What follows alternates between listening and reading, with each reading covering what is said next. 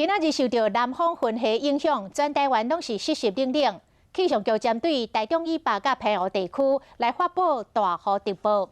明仔暗看暝暝，中南部的雨会较停，但是北部也是有雨，而且北部的气温会降到剩14度。若要参加北部的跨年甲元旦升旗，都要穿好烧。嘛因为天气湿冷，感染到病毒型胃肠炎的热人来增加咯。因为这种的病毒传染力真强，咱的乡亲都要较食洗手咧。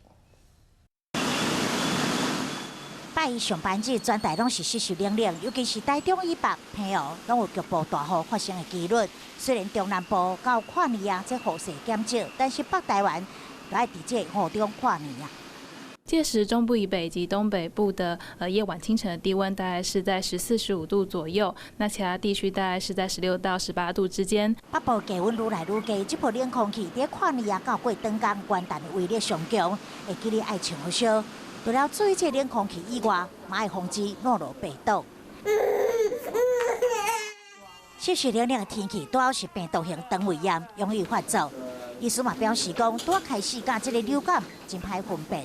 尤其是在刚开始的时候，有时候跟流感很难分，因为诺如病毒肠胃有时候也会烧，而且刚开始会很酸痛啦、累累的这样。因为诺如病毒也传染管道包括喙烂。食到受病毒污染的食物，就算感染了后恢复健康，2礼拜内也大便吐的物件，嘛有可能也有病毒。而且物件唔通公家食，提醒最近的高峰期，也是爱较接洗手，做好防护，才袂染到流感或者是病毒型的肠胃炎。